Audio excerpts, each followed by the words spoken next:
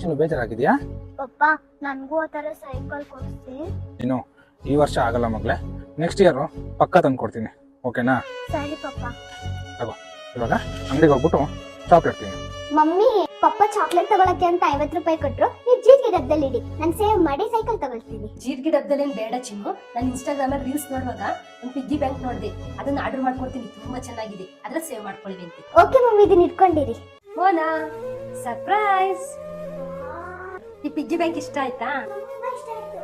ಇನ್ಮೇಲೆ ಇದ್ರಲ್ಲೇ ದುಡ್ಡು ಸೇವ್ ಮಾಡ್ಕೊ. ನೀನ್ ಕೊಟ್ಟಿ 50 ರೂಪೀಸ್.